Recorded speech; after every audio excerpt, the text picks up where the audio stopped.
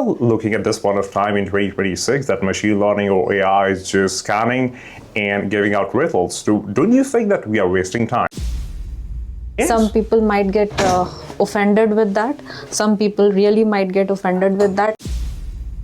But I've seen people who have misdiagnosed or given a wrong prescription and have just played around with the patient's life, which might be controversial for different doctors who are listening out there, but I really want to talk about this.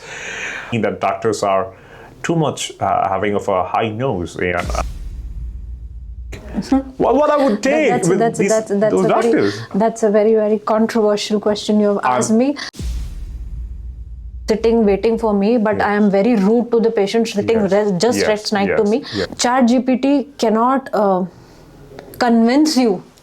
I can bet on that. I haven't found in my entire journey with ChatGPT to be arrogant. You're a doctor, I'm a patient. I come to you, I ask questions. You console me, you are very empathetic, you are very jolly, you are very open to hear me and all of that, fine. Then I ask again and again and again and multiple times. So at one point of time, what I observe, the doctors get frustrated. I'm not saying to you, but I'm thinking the AI is more... I have a question to you on that. Yeah. Sometimes, as I said, the doctors, I completely agree, will get irritated. Medical practice is getting a very much commercial at this point of time. But in my opinion, just simply relying on the doctors won't help. It's a controversial statement. There are doctors who have grown exponentially in their career with the help of AI, with the help of technology. The only thing doctors are expected to do is be a little empathetical with that patient. And do you think, are they really that way? So in 2026, we are living in the age of AI, machine learning, data science, and everything is so much dynamic and spontaneous that it's really tough to get hold of it. That's one thing that I have observed over the past couple of years. So since you are coming from a clinical background and you're having expertise and specifically dedicated to medical industry, I just want to hear from your side that are we in a time whether medical degrees are equally relevant as machine learning? Like, what's your take and perspective on that? What do you think? Is it like that? That's a very good question, Daniel. So, if you talk about medical degrees is not just a piece of paper, you know. So, if somebody wants to become a doctor, it doesn't come to that person in a day or two. So it's a dream that reaps in a child from a very young age. Okay, so when he goes to that level wherein he sets in to become a doctor, it requires about a lot of hard work and time preparation time.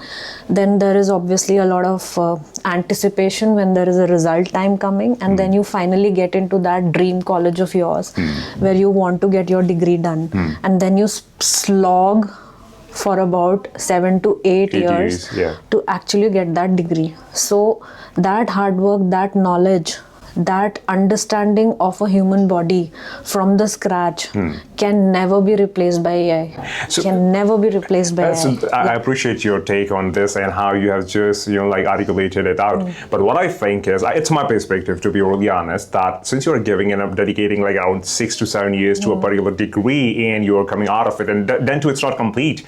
You have to do specialization multiple diplomas and whatsoever that's been included. But what I think is that, for example, if we have to do diagnosis or a procedure or a treatment on a patient, a doctor might take multiple visits or multiple, procedures and treatments and diagnosis and whatsoever included in that process to come to a conclusion. Whereas what we are looking at this point of time in 2026, that machine learning or AI is just scanning and giving out results. Don't you think that we are wasting time? Like, since you have said it's a dream for students and many people, it's fine, I appreciate that. So to answer that question, for example, I'll give you a simple example. I'm not going into very complicated, any kind of disease. So when you get a sugar test done, so you get a number, in today's time, the numbers might vary according to the pharmaceutical industry. Okay, so it doesn't matter for me, on that piece of paper, for me to give a conclusive diagnosis that you're diabetic, what I will do is I will study your current medical situation, your past medical history, your family history, and then I will come to a conclusion what you are actually suffering from. But I am not denying the fact that AI is not helping me. Yes, of course AI is helping me, and I'm not at all denying the fact that AI in today's time is not helping the medical practitioners to come to a accurate diagnosis of critical illnesses. Okay, so obviously it is a helping tool for us. But yes, after seeing, for example, if you take a history of if you take the example of cancer in a patient, then if a doctor sees about 50 patients of cancer, then he knows the patterns of the disease in that person. And of course AI would also help him to come to a concluded diagnosis and to design the line of treatment. That's fine. I'm not you're like saying something else wise, or just denying the fact that doctors are one of the great asset to the society. But tell me one thing, since you have said that the doctors recognize patterns over the experience that they have spent with patients and different the cases.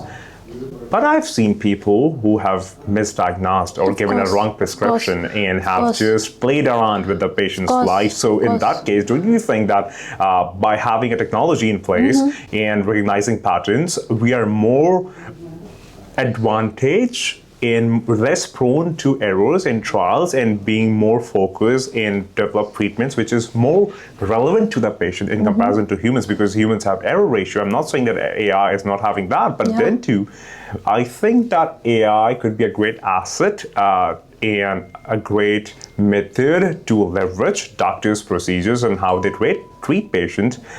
But in my opinion, just simply relying on the doctors won't help.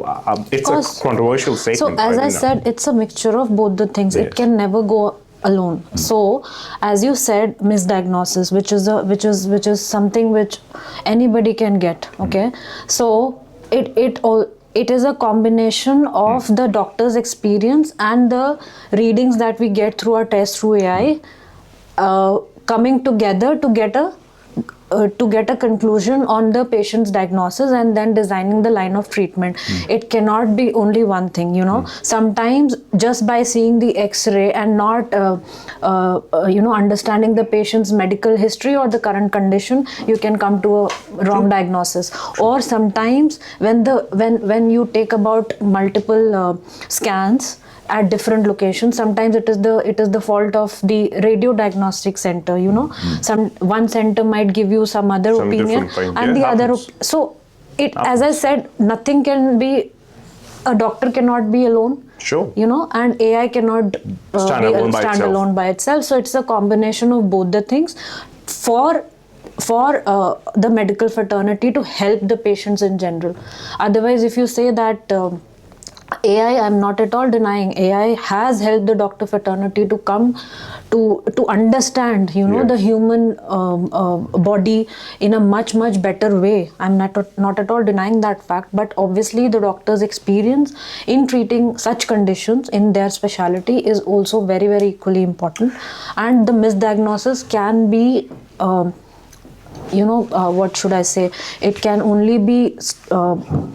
The level of misdiagnosis can only come down when both go hand in hand. Hand in hand. Yeah. That's true. Yeah. I was talking to a doctor like 2 weeks back, and I asked regarding what's your take on technology and how, are you a representative or you promote technology into AI in medical industry and subsequent fields which is related to it. So he said, no, I don't think that AI could be a great flag bearer in the industry, because as doctors we are having hands-on experience, we are having the empathy towards the patient, and we can talk with the patient. Patient feels more human with us.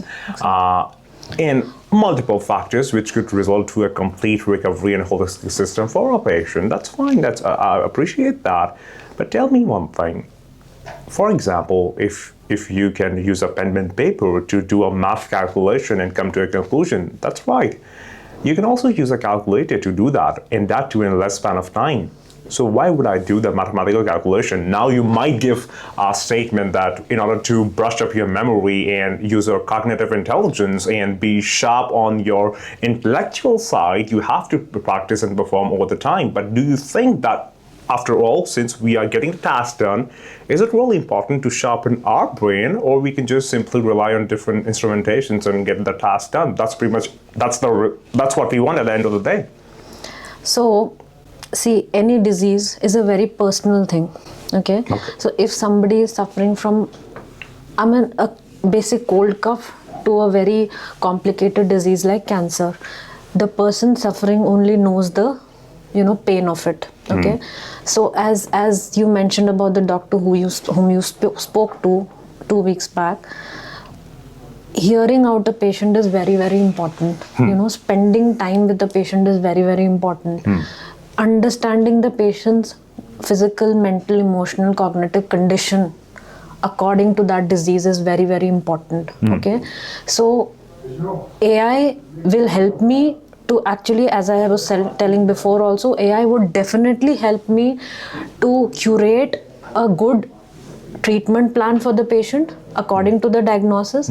But yes, I would definitely want a hands-on or for personal touch with the patient. With the patient, I would definitely want to interact with my patient face to face, and also understand where he is coming from, what is the expectation he wants from me. He cannot do that with a machine. If somebody is at the 4th stage of a cancer, so there are a lot of emotions going behind that patient, and the only thing doctors are expected to do is be a little empathetical with that patient. And do you think, are they really that way? Because I've seen multiple doctors, I've observed. See, changes are there. Yes. See, people, medical practice is getting a very much commercial at this point of time. It is getting commercial. It is the hospitals and the doctors are reeling under pressure for the revenue, everything. But if a doctor is having a practice of about 50 years in the industry and he's having a good name, then you must see the way he has practiced in his whole career. Yes, he has. There are doctors who have grown exponentially in their career with the help of AI, with the help of technology, with the help of tools which can enhance their diagnosis power. But if you see, they have never left their core value as well. So as I said, I maintain my statement. It is never standalone in this era. It will never be standalone in the Are you sure about that? Yeah, I'm very sure about that, because as I said, engineering or anything, can go completely AI. Can go completely AI.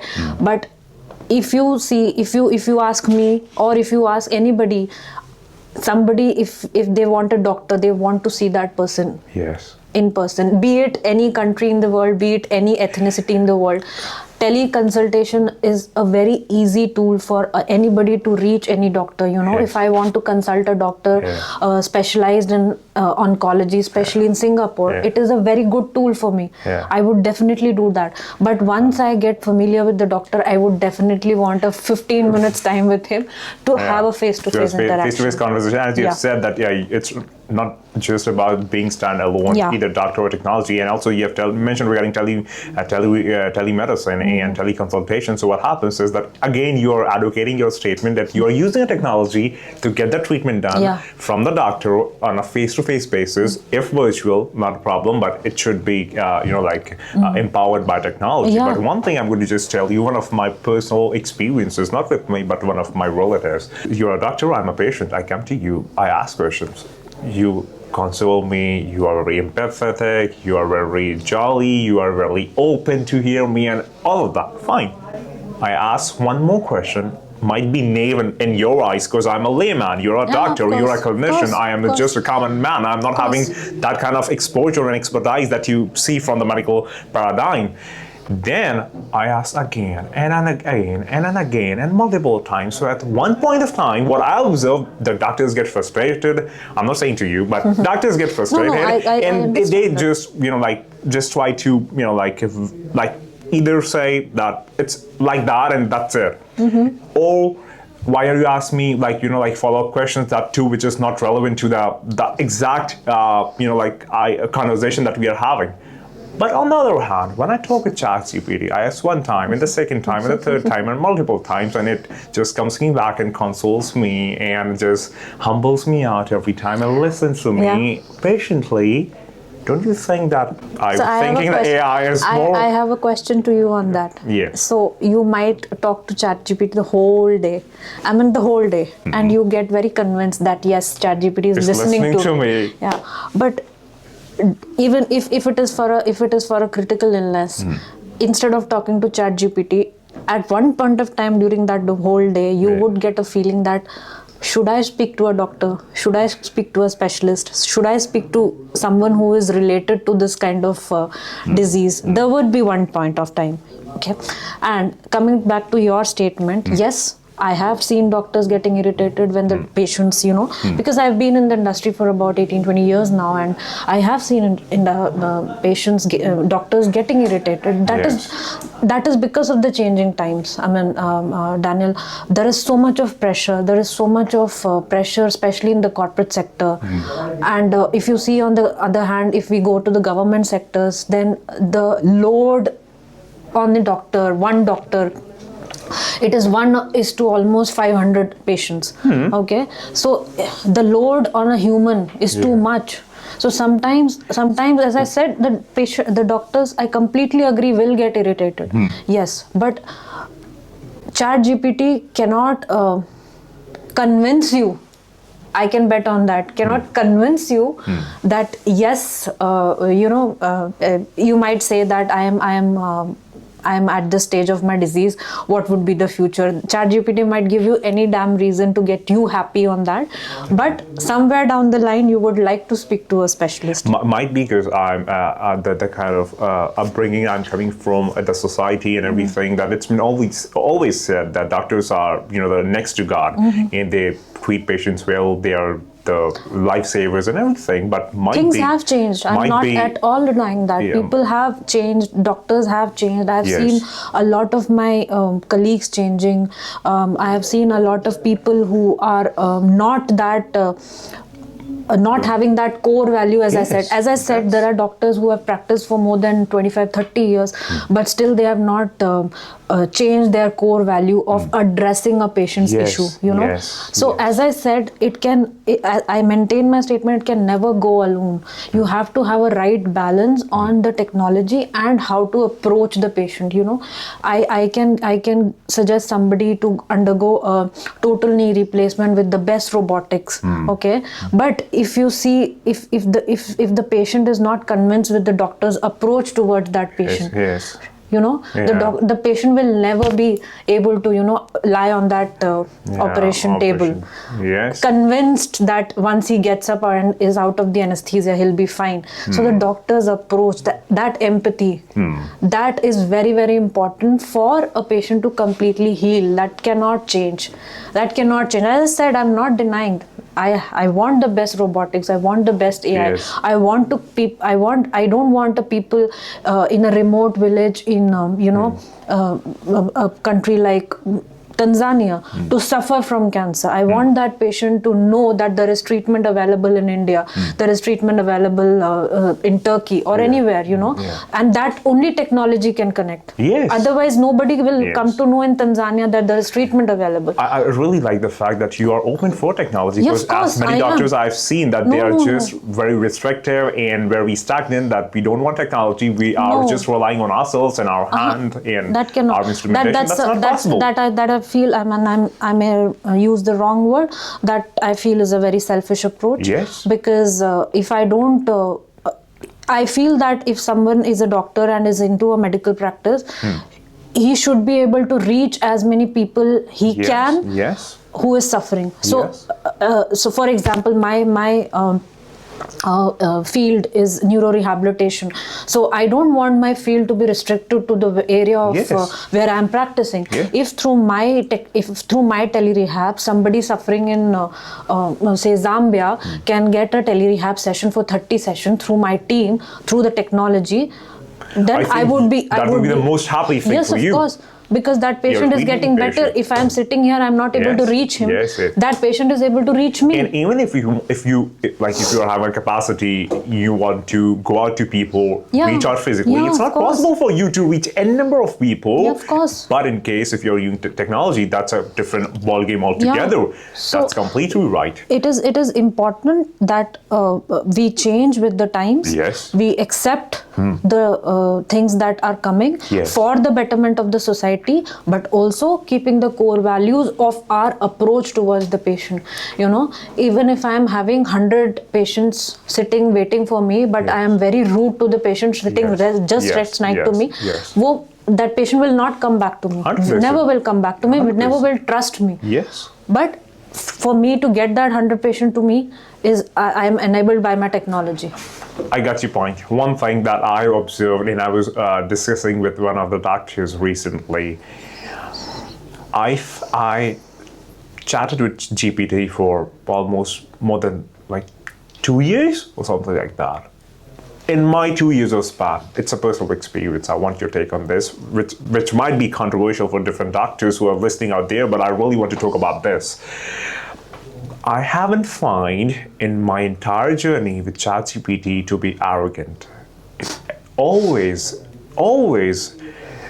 like took care of me, always talked about me, having enormous amount of knowledge due to the database, which has been fed and trained and customly, embedded in GPT. I haven't found it even a bit arrogant. But I've observed, I've been with you to multiple doctors in different events, and I've seen that doctors are too much having of a high nose and not having. They don't think that anyone could be nearby us or on even the same level. What do you think? What I would take those doctors? That's a very, very controversial question you have asked me. Yes. Some people might get offended with that. Some people really might get offended with that. There are multiple reasons to it, Yes. Daniel. It is not just one reason. Some people. How to answer this in a very good way, I'll tell you. Yes. So it all depends on the person's personality, So if somebody has got 30 years of experience and does not want to be humble, that is not due to the profession he's taking, that is his core nature maybe. Okay. That is maybe inside him to be very arrogant, or he thinks that he or she is the supreme or anything. But to tell you very frankly, I'm telling you that such kind of practitioners do not survive in the market for long. I mean, they might have a huge fan following, they will have a huge media built up. On what basis? Today I can buy 100 followers. Yes, you can. I can buy a million That's followers. not organic. That doesn't matter for the world to showcase see. and public reach. I have got 1 million followers. Yeah. Everything coming on the media or the social media is not genuine. True.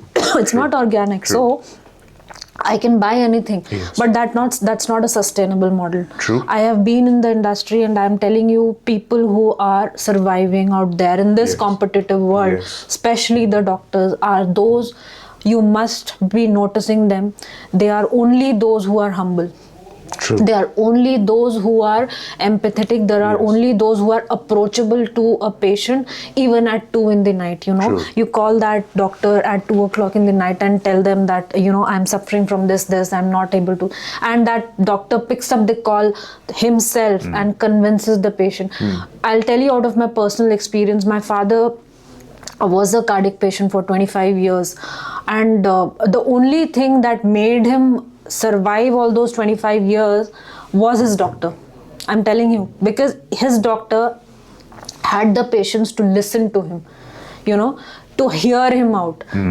As I said, everybody, even if you are suffering from a cold, you only know the irritation that you are facing. Yes, yes. So if somebody just hears you out, Yes. it becomes Means a lot. It means a lot. So, as I said, it is very easy to show off in this competitive world. Yes. But show off and thriving and surviving are very, very different things. Yes. Okay.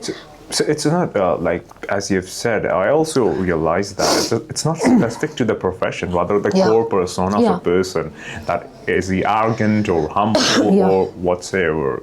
But if somebody has to go back to a doctor for, yes. I have seen doctors. There was a lady who was a very good friend of mine. She had a very good friend from her school. So she was a gynecologist. You won't believe. Even if somebody had a toothache in her family, she used to ask her. So that is the approachability that that doctor had towards the complete family. Even if she's not giving the diagnosis for the toothache, but she'll suggest you to go to that doctor. Yeah. So that trust is important. That if I or any of my family, if I have to send them back to a doctor to refer them to a patient, I will only do that if that doctor is empathetical and approachable. Otherwise, I will not send anybody. True. Any of my patients also. I work in a particular field. I'm into neuro rehab. If I want to consult somebody onto ortho, I will do with only 2 or 3 doctors. Though I know so many doctors in the world. Yes. So technology, social media, or all these things can empower you. Tools to leverage your complete infrastructure that you are working upon. I would, you have said that you work in neurorehabilitation. I would love to have another conversation at some point of time about neurorehab and how neurorehab is changing the complete paradigm after a surgery, or once a patient has been struck by a stroke, or that's a completely different topic. I just want to wrap around one thing at the last. As you have said, we started with AI. I want to also conclude on AI. Yeah, sure. What I think that there is a huge potential which is forthcoming in a couple of years, which might change how we walk, how we talk, how we implement, how we work, and everything related to that. Since you are specifically dedicated to medical and medicine, do you think at some point of time, what used to happen, that we used to go to a doctor in a clinic in a static setting and take consultation or prescription. Then we have advanced and came to teleconsultation. If you're sitting in Tanzania, I'm sitting in India, I'm just having a Zoom video call with you, and you are giving me prescriptions just by having a conversation, not to physically but virtually. Do you think that at some point of time, even this might be, I won't say replaced, but transformed into something which is even more tech savvy, which might include a doctor, which might not? I don't know. Do you think there might be a time in future where... So, if you ask me, times have changed incredibly. What we could not even think in the 80s, it is present now. So I can't comment on this on a very concrete basis that this will not happen, but a lot will change. But yes, as I said, if the medical professions stays the same, if it doesn't become very commercial, then the touch of the doctor, or the human touch of the doctor, human presence of a doctor cannot be replaced. Psychologically, it cannot be replaced at this point of time till now. Technology is very important for, as I said before, for us to reach much more the masses, the masses who are not able to access healthcare, are not aware. We have been to so many countries in Africa, and there is hell lot of gaps in the healthcare. In India also, in the remotest part of India, you don't find an X-ray machine to get a simple fracture diagnosed. So there are still a lot of things to be filled, and that can only be done with technology. So as I said, if you have seen Narayan Hridayalaya, that was the first hospital in India who could perform an emergency cardiac surgery through medicine, sitting in Bangalore for a patient suffering in Bengal. That's amazing. So they saved a life, Yes. So it is very, very important that technology helps the masses to access healthcare in the correct way. But yes, completely replacing the thing is a debate. It might happen. It's a debatable topic. It's very controversial. It might happen because we have seen so many changes happening in the last recent years. 40 years. We have seen so much things happening. So I believe that the human touch will never be able to be replaced. But yes, for the medical approach will definitely change. Change. Yes. Since it has changed over the past years, it's going to be transforming itself. So, in the upcoming years. see, things have changed. If you talk about the diseases, I have seen programs in where asthma in the 1980s was considered as today's cancer. You know, so if a disease can change, if the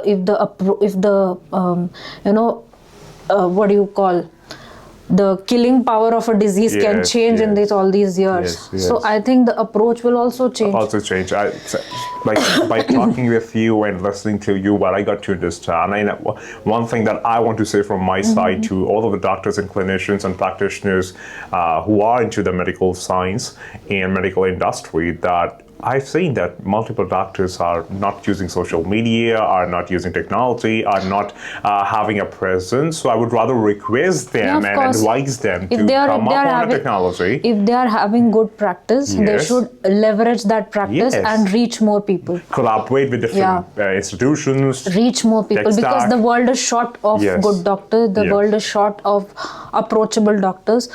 And as I said, there is only the load on a single doctor today in today's time is high. If you go to the OPD, the doctors are starting from 8:30 in the morning and finishing at 4 in the evening. They might be sometimes having their lunch at 5 in the evening. So if doctors are there who are not using technology to address more masses, then that is bad. If there is a technology for you to use and reach more people, please do use it. Leverage your medical specialty, help more people, access healthcare, make it more affordable for people to approach you, or that's the right pathway for you to be approachable through the social media. 100%. And AI is not a threat to medical science, because medical people think like that. It's more of a catalyst, which is enhancing, empowering, and leveraging you. It has to be balanced. It has to be used effectively. And it has to be used in a way that it helps people rather than not create value, help people, leverage the infrastructure, and try to make a developed and better outcome for a patient. That's pretty much all about it, because as doctors, I've seen that it's every time about patient and patient and patient. So if we are helping patient by any means, what's the harm? It's always good to take different roads and end up in a good destination. That's pretty much all about it. So as I was giving you a small example, that if I have to consult somebody in Mount Elizabeth through the telemedicine and tele consultation, it is possible for me. At least I know that even if it is not in my country, if I am able to afford it, I can fly down and take the treatment somewhere else. Even if sitting somewhere and not accessing it through the AI, I'll be at loss. And by teleconsultation, I've also seen that people are having more options to explore.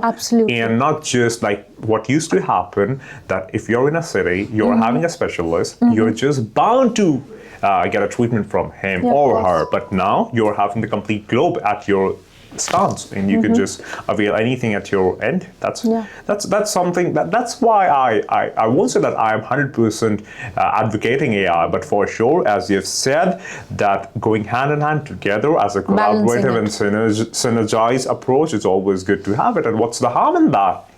That's what I think. So we had a long conversation, which is very valuable for me, and I got to understand multiple things from you, and I appreciate it. And for the next upcoming podcast and episodes, for sure, I want to talk about neuro rehab, how neuro rehab work, what exactly is rehabilitation, and how it's different from physiotherapy. That's a lot of topics that we can talk about it. And also, I would love to hear some testimonials from you of how you met a patient who was in a very bad condition, and how you transform it to something independent. Would love to talk about that. We have got a lot of stories. For sure, I love stories. Thank you. Thank you very much for this podcast, and let's meet in the next one. Sure. Bye-bye. Thank you.